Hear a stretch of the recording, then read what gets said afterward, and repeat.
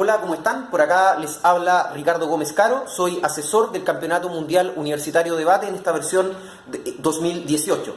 En esta ocasión hablaremos acerca de ideas para enseñar debate, en talleres, en cursos, ideas sobre planificación y sobre cómo concretar este tipo de proyectos que son el barro primordial que permite que luego se hagan torneos, que luego tengamos debatientes, que luego tengamos jueces. En la medida que los talleres se diversifiquen, que los cursos de debate sean más profundos, podemos esperar con mayor probabilidad que mejore la calidad también del debate a nivel global.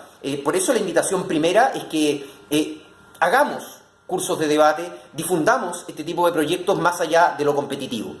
No voy a plantear acá ningún tipo de modelo, no lo sé, no soy quien para presentar un modelo acerca de cómo enseñar argumentación o debate. Lo que sí pretendo plantear son un par de ideas vinculadas con mi experiencia personal enseñando argumentación y debate, y espero que estas ideas a quien escuche este debate, este video, de alguna manera le sirvan también para hacer cursos de debate. Primer punto para materializar proyectos de debate: la planificación. La planificación. Sin planificación es muy difícil que haya un curso. Podría haber eventualmente una serie de sucesivos conversatorios, pero un curso propiamente tal no podría haberlo sin planificación. ¿Y por qué digo esto? Porque la planificación es la que permite materializar un método de educación, un método que constituye una serie de pasos sistematizados y con objetivos. Esa planificación requiere ser clara. Y requiere ser clara no tan solo para el profesor, es un instrumento muy bueno para el docente, toda vez que ordena sus clases, les asigna tiempos, les asigna espacios y requisitos para las prácticas que va a hacer en el curso, sino que también se constituye en el documento de presentación del taller para las eventuales autoridades que van a brindar el soporte para que el taller se realice. Pensemos, muchas veces nosotros vamos a lugares a proponer cursos de debate y nos enfrentamos a personas que son autoridades de la institución que no conocen el debate. El documento que tienen entonces para tomar la decisión es la planificación. Una planificación clara, ordenada, aumenta las probabilidades que ese proyecto tenga entonces el respaldo institucional. Entonces la idea es pensar en la planificación no tan solo para uno como profesor, sino también para la autoridad eventualmente a la que uno quiere brindarle el servicio de este curso o taller. Y todo esto con la finalidad última, que es justamente entregar un curso de calidad a los estudiantes. Primer punto, planificación. La planificación, por favor, que considere, pienso, los valores y virtudes a desarrollar en un curso de debate. Pensemos en algunas muy básicas. La tolerancia, por ejemplo, que por básica y por obvia se calla y por callada se olvida. Que no nos pase eso con los valores. Me parece que en la planificación debemos dejar una columna de valores. Y en esa columna mencionar expresamente el valor y decir cómo se materializa. Entonces, el valor de la tolerancia, bueno, se materializa cuando a los estudiantes se les asigna una tesis y se les asigna una postura que no necesariamente eligen, que no necesariamente representa aquello que piensan. De forma tal que el debate promueve el colocarse en los zapatos intelectuales del otro. Y en la medida que se colocan los zapatos intelectuales del otro, entonces estamos haciendo un ejercicio práctico de desarrollo de la tolerancia. Lo mismo ocurre, por ejemplo, con la conciencia acerca de la igualdad. Cuando en el debate existen turnos de habla equilibrados para ambos equipos, cuando pensamos que las tesis requieren una carga probatoria equilibrada, estamos pensando en la igualdad, en no dejar a uno de los equipos en la indefensión. Me parece que rescatar ese valor esencial del debate es también muy importante que sea acogido en las planificaciones. La libertad de pensamiento. En efecto, el debate no puede sesgarse de inmediato a dejar fuera, ¿cierto?, del contexto de la discusión determinadas ideas. salvo que exista una línea editorial en la institución que así lo plantee, en cuyo caso el profesor tiene que ser claro con eso, saberlo claramente, si no, más temprano que tarde se provocarán estos conflictos en los que el debate fue evolucionando, pero se encontró con una línea editorial que no quería que se trataran ciertos temas, y esto pasa porque no se conversó de la libertad de pensamiento como un valor cardinal al momento de ejecutar el debate. Entonces, profesor, profesora, para levantar talleres, iniciativas de debate, me parece muy importante que si lo va a hacer al alero de una institución, usted tenga una conversación sincera para ver cuáles son los límites de esta libertad de cátedra que le entrega también, ¿cierto?, esa institución, ¿vale? Entonces, en ese sentido, considero que el valor de la libertad debiera también ser planteado en una columna de la planificación. Y usted sume entonces una serie de otros valores que considera importantes a desarrollar. Me parece que ahí es el profesor quien tiene que sentarse a pensar qué es lo que pretende finalmente en cuanto a valores y actitudes que se desarrollen en su curso. Entonces, me parece que, primer punto, la planificación, los valores. En segundo punto, me parece que tenemos que pensar en los contenidos. Y los contenidos son muy diversos. Un profesor de ciencia, en efecto, que quizás quiere ver la discusión que existe entre el evolucionismo y el creacionismo, y ese va a ser su contenido, que lo va a enseñar por medio del debate. Un profesor de matemáticas, eventualmente, quisiera quizás revisar cómo la matemática sirve a un sistema económico en particular, o cómo la matemática sirve para ordenar el pensamiento filosófico humano también. Entonces, pensemos en el contenido. Acá no es mucho lo que me puedo referir, porque justamente la amplitud de posibilidades que entrega el debate es tan vasta que contenido lo tiene que determinar usted, y ese contenido, ¿cierto?, requiere ejes temáticos claros. Agrúpelos en torno a un título que permita dar cuenta del contenido. Y ya está, contenido. ¿Y por qué tan poco me refiero a esto? ¿Por qué en tan poca cantidad de tiempo? Porque me parece que la educación de este siglo no se orienta hacia generar estudiantes que tengan gran cantidad de contenido, gran cantidad de conocimiento. Me parece que lo que debemos trabajar ahora es la de esta planificación, que son las habilidades. Las habilidades. El debate, si bien es cierto, es una herramienta que sirve para enseñar contenido, por sobre todo, y acá es una opinión particular, como todo lo que he dicho en este video, se debe orientar hacia el desarrollo de habilidades. Bueno, ¿qué habilidades? ¿Qué habilidades?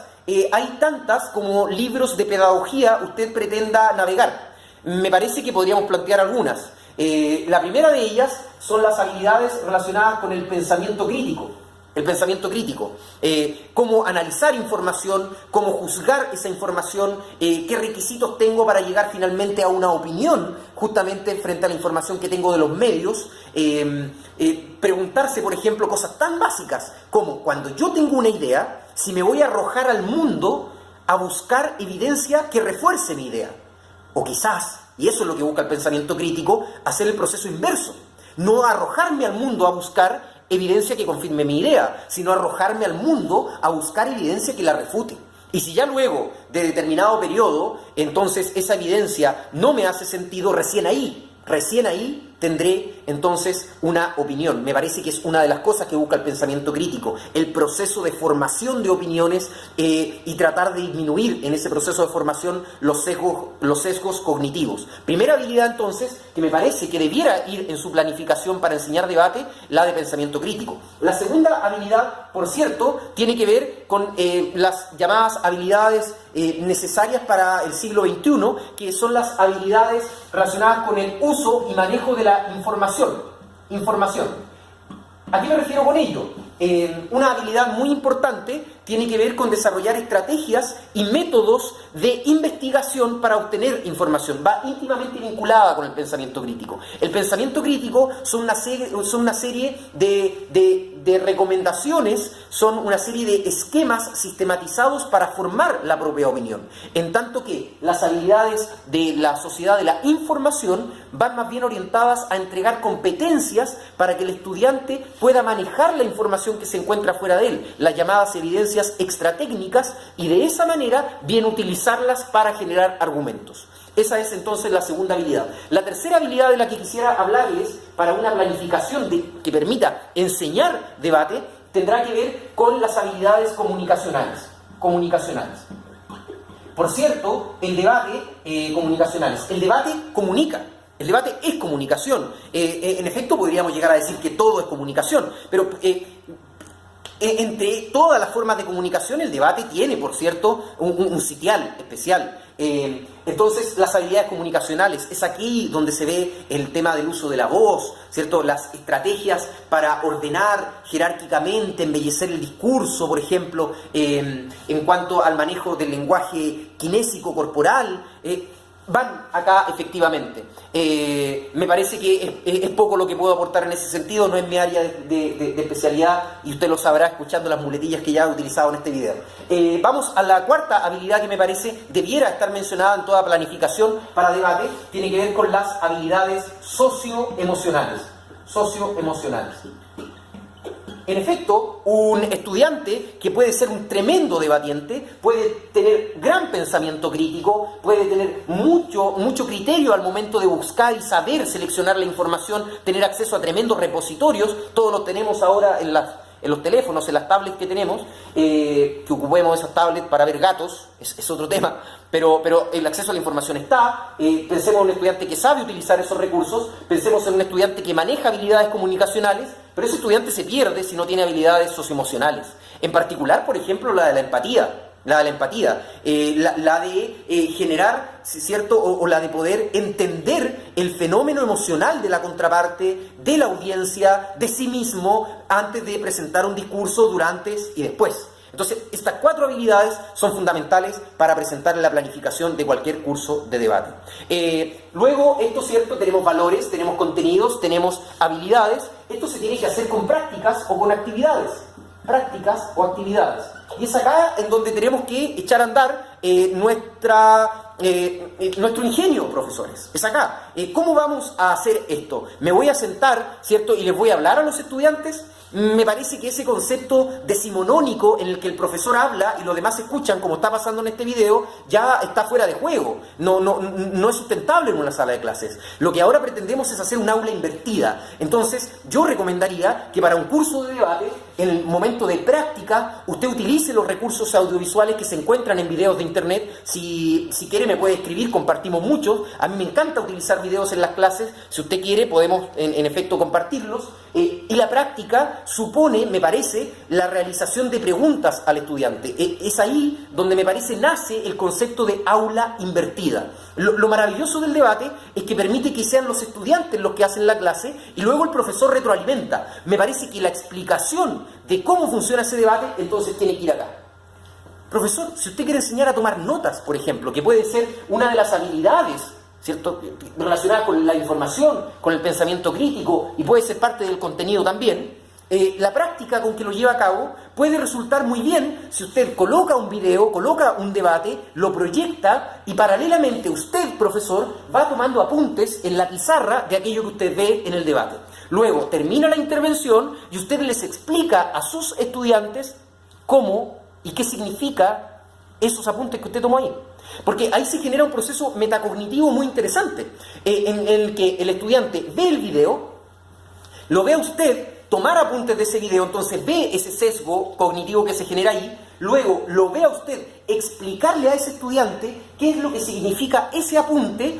Entonces el estudiante va a tener el proceso completo, el proceso desde que salió la información, que el profesor la filtró por su cerebro, la reflejó en un documento, que en este caso es la pizarra, y luego la explicó. Entonces uno también se expone finalmente a la evaluación del estudiante. El estudiante va y dice, al profesor se le fue ese argumento, o el profesor mira el signo que utilizó para encasillar todo ese concepto. Entonces también nosotros, como profesores, nos sometemos al escrutinio de los estudiantes y se enriquece el método. Por lo tanto, me parece que el tema de las prácticas, yo haría el llamado a evitar charlas como las que yo estoy dando ahora a través de este video y hacerlas más bien interactivas con los estudiantes, y es más, me parece que la clase tiene que partir desde ellos. En efecto, las tesis es muy interesante cuando son los mismos estudiantes las que las proponen y luego el profesor se encarga de hacer que tengan una carga probatoria equilibrada. Entonces, para cerrar este primer punto, me parece que la planificación debe considerar valores, debe considerar contenidos, debe considerar habilidades, debe considerar prácticas. Todo eso tiene que tener tiempos establecidos. Entonces usted, en el ítem de prácticas, señale un tiempo en el cual la va a ejecutar, porque eso también le va a permitir tener una clase más ordenada. Toda clase debiera partir con un principio que sea muy motivador, que sean preguntas generativas, con un desarrollo, que es la actividad principal que pretendo que se haga, y luego con un cierre. En ese cierre se sistematiza, se sintetiza lo ya hecho, se evalúa y se dejan reflexiones. Me parece que esas 3 etapas deben estar bien marcadas en la clase, y para que resulten, entonces hay que coordinar el elemento tiempo. Finalmente, la última columna que quisiera presentarles para una planificación tendrá que ver con la evaluación. La evaluación. ¿Cómo vamos a evaluar lo que estamos haciendo? ¿Lo va a evaluar el profesor? ¿Lo va a evaluar el curso completo? ¿Va a ser una autoevaluación del estudiante? ¿Y qué instrumento vamos a aplicar? ¿Hay una rúbrica? ¿No la hay? Si no la hay, ¿por qué? ¿La va a crear usted? No es lo mismo aplicar una rúbrica que, por ejemplo, pretenda trabajar habilidades o evaluar habilidades de pensamiento crítico, que una rúbrica que pretenda evaluar habilidades comunicacionales. Una rúbrica que pretenda evaluar habilidades comunicacionales se fijará, por ejemplo, en el tono de la voz, en el ritmo que esté empleando el estudiante, en el manejo del espacio, en el contacto visual, pero una rúbrica de pensamiento crítico no. Una rúbrica de pensamiento crítico tendrá que ver con el análisis de las inferencias, de la calidad de la misma información que estamos conversando, con la evitación de saltos lógicos, con la identificación de falacias, por ejemplo. Entonces, me parece que hay que crear una rúbrica especialmente pensada en la habilidad que usted pretende desarrollar en el estudiante. Bien, me parece que es una buena idea socializar esa rúbrica también, que el estudiante conozca qué es lo que se le va a evaluar, para que así exista una sintonía entre lo esperado por el profesor y lo trabajado por el estudiante. Si usted puede también hacer que el estudiante participe en la conformación de esa rúbrica, que pueda aportar con ciertos criterios que el mismo estudiante quisiera que le sean evaluados, entonces ojalá podamos hacerlo. Bien, ese es el primer punto relacionado con la planificación. Da para mucho más. Me parece que en esta síntesis muy grosera ya tenemos alguna idea. El segundo punto me parece que ya lo he mencionado. Una clase de debate debe partir desde el estudiante. Debemos recoger sus intereses, de forma tal que la primera clase de un curso de debate me parece debe ser sentarse a ver qué es lo que les interesa a esos estudiantes e invitarlos a que sean ellos quienes traigan, por cierto, las tesis a la sala de clases. A mí me encanta la filosofía, pero quizás en un curso determinado la filosofía no gusta, y lo que quieren conversar es de, no sé, pensamiento más bien de carácter económico, de carácter más bien de desarrollo material de las personas. Bueno, entonces el profesor tendría que tener la versatilidad para poder someterse a los intereses de esos estudiantes y proponerle desarrollar habilidades a partir del debate con esos contenidos que los estudiantes proponen. Bien, me parece que el enfoque del debate debe prestarse a los intereses del estudiante. Otro punto que tengo anotado acá tiene que ver con el rol del profesor, ya lo hemos conversado. Me parece que el debate en un curso debe tener como elemento primordial el de la mayéutica socrática, en virtud de la cual el profesor pregunta. El profesor es un cuestionador constante. Si la audiencia se lo permite, lleve preguntas que molesten y dígalo. Hoy día mi rol va a ser molestar. No quiere decir que yo esté de acuerdo con lo que voy a decirles ahora. Recuerden que en esa puerta por la que usted ingresa a la sala de clases hay un umbral en virtud del cual usted pasa por ese umbral y queda protegido por un manto de no cuestionamiento acerca de lo que usted va a decir en este laboratorio llamado debate, porque le va a tocar defender una tesis que más encima salió sorteada. Así que, estudiantes, está prohibido de alguna manera juzgar al otro por lo que nos dice en este centro de experimento, porque acá nos va a tocar defender de todo, atacar de todo, y en ese sentido brindar también la idea de un espacio seguro. En ese sentido es sumamente importante recoger las sensibilidades de los estudiantes, porque si bien es cierto, uno como profesor puede decir que es un espacio seguro, no porque uno lo diga se transforma en un espacio libre de la ofensa o libre de cualquier posibilidad de dañar al otro. Entonces, como profesores tenemos que pensar, tenemos que tener en algún momento un break en el cual conversar con los estudiantes y darnos cuenta que eventualmente hay temas que por docencia no debieran ser tratados en la sala de clases. Esa es una decisión que usted tiene que tomar conociendo en efecto al curso. Mientras tanto eso no ocurra, por favor, yo pediría no realice intervenciones relacionadas con tesis que podrían generar ciertos problemas graves. Por ejemplo, me parece que una tesis que hable de suicidio en una audiencia que no conocemos, por ejemplo de niños, no me parece prudente, no me parece conducente en términos de docencia y hay que repensarla. Entonces, usted converse con su audiencia, si puede, luego de la clase, en unos minutos, reflexionen para ver qué temas se van a seguir tratando y eso recójalo en la planificación para que sea una planificación conjunta. Una de las cosas maravillosas del debate es que no tiene que ver con que el profesor imponga los contenidos que le interesa tratar, sino que esos contenidos nacen también de los intereses de la audiencia y ya lo hemos dicho. El profesor entonces me parece que es un provocador, que es una persona que hace preguntas y que promueve la mayéutica socrática, esto que significa que hacer que el estudiante responda a las preguntas y sobre esas respuestas surgen más preguntas y así vamos desarrollando la clase. Otro punto que también quisiera conversar en el breve espacio de tiempo que me va quedando tiene que ver con los formatos y las prácticas, ¿ya? No todo debate es competitivo, no todo debate requiere tener a un ganador en términos convencionales. Perfectamente podríamos hacer un formato para la clase en la que exista introducción, argumentación, contraargumentación y en el cierre generar, por ejemplo, un espacio crítico en el que se privilegie aquel equipo que mayormente recoge las virtudes del otro equipo y es capaz de reconocer los propios defectos. ¿Por qué no? Podríamos hacer perfectamente un formato en el que la conclusión no requiera seguir defendiendo su postura, sino reconocer los aciertos de la bancada opositora y premiar eso en la rúbrica respectiva. Entonces, la invitación es a que el profesor genere un formato que le permita sentirse cómodo y sacar el máximo provecho a la instancia de estar enseñando debates. No todo es competitivo y me parece que más bien lo menos es competitivo. El debate es un barro que podemos adaptar a lo que nosotros efectivamente queramos promover como habilidad y como valor por sobre todo. Entonces me parece que hay que animarse a cambiar los formatos y conocer muchos, conocer el formato Karl Popper, conocer el formato parlamentario británico con el que se realiza el Mundial, conocer formatos libres y crear los propios formatos. Finalmente, me parece que debemos desarrollar estrategias interesantes para poder realizar la clase. Muchas veces un video puede ser una estrategia interesante, hacer debates sobre películas puede ser también interesante. Una de las principales dificultades que afronta uno como docente tiene que ver a veces con que el estudiante no se atreve a hablar en público, en cuyo caso recomiendo entonces que no hable frente al público, que hable atrás, que vaya a la última fila y todos mirando hacia adelante, entonces que ese estudiante hable. Y luego progresivamente que se siente más adelante, que hable desde adelante y ya luego termine acá hablándole a la audiencia. Entonces tratemos de promover esos espacios también graduales, toda vez que los estudiantes son siempre distintos. Profesor, profesora, ¿cuántas veces no hemos recurrido al uso de una máscara? De una máscara para aquel estudiante que no se atreve a hablar en público. Le colocamos la máscara y eso efectivamente puede servir. Estoy hablando de una audiencia muy diversa, que va desde niños hasta profesionales que quieren desarrollar competencias de debate y usted tendrá que ir variando entonces sus prácticas según esa audiencia. Entonces, para resumir e ir cerrando ya este video, me parece que un curso y enseñar debate requiere por sobre todo de una planificación, esa planificación que tenga varias columnas, que tenga tiempos asignados y de esa planificación usted se va a ver en la obligación de pensar qué valores quiero promover, qué contenidos voy a enseñar, qué habilidades quiero de alguna manera forjar en mis estudiantes, cómo lo voy a hacer y cómo lo voy a evaluar. Respondiéndose a esas preguntas,